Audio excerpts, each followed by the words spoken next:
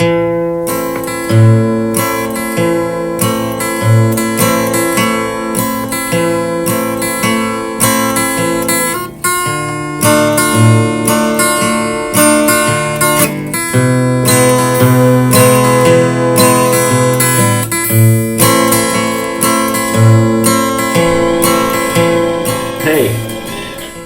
to A Guy Down South. Today I want to talk about electricity, something that we all use and something we all hate to lose. And the question is, for me, is what do I do when I don't have electricity from my local utility? That happens to me quite often during hurricane season, as I live close to the Gulf of Mexico. And it happens at other times in windstorms, etc. But a lot of people these days have backup, what they call solar generators, which are really typically lithium or iron phosphate batteries, a long-lived battery that comes in a housing like this. And people call them solar generators because you can charge them with solar panels. And so I have some of these. This is a smaller, I think a 250 watt output. But I've got a larger one, 1,000 watt, and it can be hooked up to solar panels or charged on the 12 volt charger from the vehicle, or it can be plugged into the wall and charged from a wall charger. So it's a good thing to have around, and they last quite a while. So typically on one charge they will get you through for running small appliances and things like that for maybe 48 hours. So they're great to have. But what happens when there are no ways to charge your appliances because there's no sun? The electricity's still out, you don't have a vehicle. Are hand crank generators actually the answer? I don't know. This thing is a small, cheap, little hand crank generator that was manufactured in China. And it is called the TEKE Hand Crank Generator. I think I pronounced that right. It only puts out 150 watts. So is this the answer? No. But I do like the fact that when you don't have sunshine and you don't have solar rays or energy, and you don't have a car and you don't have a wall plug, you can generate electricity with this. And it's surprisingly versatile. It feels kind of junky, but I'm glad I have it. And so today I want to go over it with you. This is it, and we'll get into it. Okay, well, I just want to go over a quick overview of this unit. And so this is your hand crank generator. This is your crank that generates electricity and charges a lithium ion battery inside of this housing. On the top, you'll see that there are 3 switches, 1, 2, 3. And on closer look, you'll see the one on the right turns on it's called the USB switch. What it does is it turns on the power to a USB port, which is on the side of the unit, and allows you to run USB powered devices. Then there's an AC switch, which turns on the AC receiver on the side, and then there's a light switch. So those are your 3 switches, and we'll get to those, what they power, in just a moment on the side. In the front, you'll see that you've got your voltage meter and display, and down here you've got 2 terminals for actually jumping off a vehicle. This is supposed to provide several jumps for a vehicle, and basically you just take off the cap or the cover and you put your cables on here. They're alligator clamp cables, so there's a loop that goes across the bolt, and you screw down on it, and then you hook up to your battery terminals. And then on the side over here, you've got the actual emergency light here. Then your 12 volt DC output, your USB output, and then this is your AC 110 receptacle, but it's also a 220. So, you know, a lot of people in Europe and like in the UK, they run 220 devices just like we run 110 in the US. So this is actually a 110 plug nested inside of a 220 plug, and you can run either. You can plug both type of appliances up here. At the bottom, this is where you charge. This is your charging port. And the only way to charge this unit, you can't do it solar, is either with a wall charger, which it comes with, or you can use the hand crank. And I have no idea how long it takes to charge this once it's fully depleted with the hand crank. One feature of this unit, actually there's a lot of features that I don't like, but one of the features of this unit that's a little bit concerning is it does have a fuse. So inside of here, you just turn this to the left. There's a 20 amp, just plain fuse in there. So if you were ever to depend on this, you would want to have an extra 20 amp fuse or two. Okay, so with that being said, I want to show you the light. The light's pretty cool. It's quite bright. It lights up a room quite nicely, and I think it will probably burn for a really long time. The USB switch is here, and when you turn it on, it highlights in green and your voltage meter shows up. And over here I brought just a set of LED lights, pretty cheap, that I keep for situations where I may be off grid and because we have no electricity and I need some bright lights. They don't pull a lot of watts. They don't burn out like incandescents, and they're just nice to have. But I will plug this in to the port, and you can see that it works quite nicely.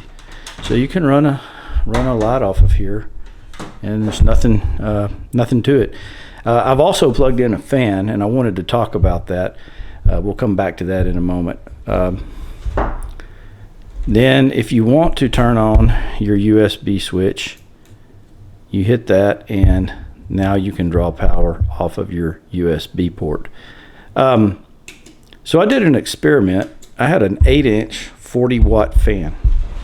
And an 8-inch 40-watt fan is not a very big fan. And I wanted to see how long this unit would run that fan.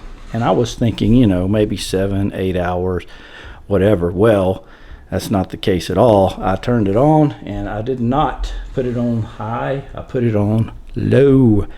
And I turned it on, and I came back, and in an hour and 50 minutes, my voltage had dropped from 12.5 down to, I think it was 9.7. The fan would not run, and I was dead in the water.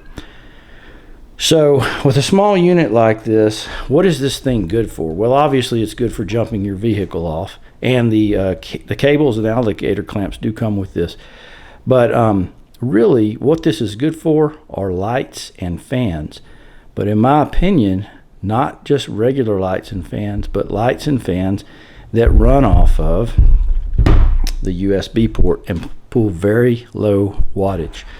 I bought this 4-inch Gaia top fan that runs off of the USB port, and it only pulls 5 watts. And so what I want to do now is show you how this works. You just plug it into the USB port, which of course you always have to flip your fitting, and you turn the USB switch on, and now you've got your fan. So I plug this up like this, and this puts out an amazing amount of air. Very, very nice. Like if you were sleeping and you needed this on your torso and face, it does the job quite well. And this thing ran for over 24 hours on this little unit, and it still had quite a bit of battery left, and I just wound up turning it off. And so this is the sort of thing that you could look at running. It's got 3 speeds, and it'll run quite a while. It only pulls 5 watts, as I said. Okay, now so I want to talk about lights as well. So this thing puts out 150 watts on the 110 output, and if you could plug up a 100 watt bulb or a 60 watt even and run it for a while off of this unit, but not for very long. I would guess, well, it ran that 40 watt fan for an hour and 50 minutes, so not long. And so once again, when it comes to lighting, I like the idea of LED lights that pull low wattage. This is put out by, I think it's called Onite, but this is a 5 watt USB bulb, and I'll plug it in, and it's got a switch on it, and I'm assuming that this thing, you know, you can hang it. It would run for a long time on this unit. So USB fans, USB lights, and if you needed to run a fan, this is looks like a 5-watt USB output on the side. So if you needed a light and a fan at the same time, you would have to plug in the fan here and then use your light on the side, I think. So it's got limitations and it's somewhat gadgety, but it is unique in that it can generate electricity with the hand crank, and that it can do the auto start on the cars, and that it's able to run both 110 and 220 appliances. And I like that. I think that's kind of cool. So I want to take a quick look and just look at the inside of this thing. Okay, so here's the inside of the unit. This is your lithium ion battery pack. You can see the cables coming off to the jump start terminals on the front. Then here is the generator itself, I think, and this is where the hand crank comes in from the side. That's your 110 and 220 output, and up here is your emergency light. These are your 3 switches on the top. And overall, this thing, I don't know, seems a little junky to me. I'm not an engineer, and I'm not an electrician. The only problem, though, that I've had with this unit is when I first got this, it was I started noticing a really rattly sound inside of the housing every time I turn it on, and I was like, what is that? It doesn't sound like that sound should be coming from this unit, and it was not supposed to be coming from this unit. What it was this fan. This is a cooling fan that cools the electronics when it's on. It had come unlodged and unglued. It had been glued onto a mount in here with like rubber cement, and it had fallen off down in here and was just vibrating and making racket. So I had to glue that back on. But that's just a quick look of how this thing is put together. It's not waterproof. There's no weather seal on these things. So this is something you would want to use indoors, or at least in times of dry weather, and probably not out on a boat or something like that. So where, if any place in the world, does this fit in the prepping world and dealing with off-grid electrical situations? Is it worth the money? I think I want to say I paid $150 for this. I think you can now get it for $130 on Amazon. I think for what you get, it's probably pricey, but I like to have it. It's great because it allows you to jump vehicles, and it allows you to generate electricity with the hand crank. So where would you use this, and how would you use it? Well, back to this, it primarily, other than jumping your vehicle, it would be in an emergency situation where you would use small 5-watt fans, small 5-watt USB bulbs. In an emergency where you had an hour or two, maybe you could plug up a 110 appliance. And it's also great for charging small devices like phones. So the question is where in the world would you need a hand crank generator? Is that something that you would even need? Well, probably not, but I thought about it. Where would that happen? Well, it could be in a situation where there's no solar radiation available to charge your larger solar generators like the Blue Eddies and the Jackeries.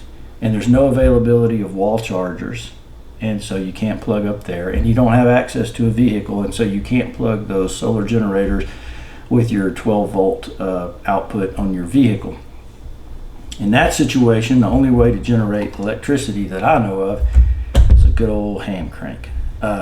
Most of the time, that's not going to be the situation, but where would a situation like that occur? And here it is, I thought of it. It could be in an extended situation inside of a bunker. So if you were in a storm shelter or a bunker, and say there were trees down and you couldn't get out, and your solar generators were completely drained and you had been there for an extended period of time, this would allow you to generate electricity. So my advice would be put this in your arsenal, but understand it's not going to do a lot for you, but it can get your phones going back up. It can provide some light for you. It can provide some circulation, which could be pretty nice in a storm bunker or a storm shelter. And I would get a solar generator, like a Jackery or a Blue Eddy, to put in your storm shelter, and then rely on it, and 99.999% of the time it's going to cover your needs. But if you were ever stuck there for a long time, this might come into play. So it does have a niche there. So that is the official vetting of the TEKE Hand Crank 150 watt output generator. Thanks for watching.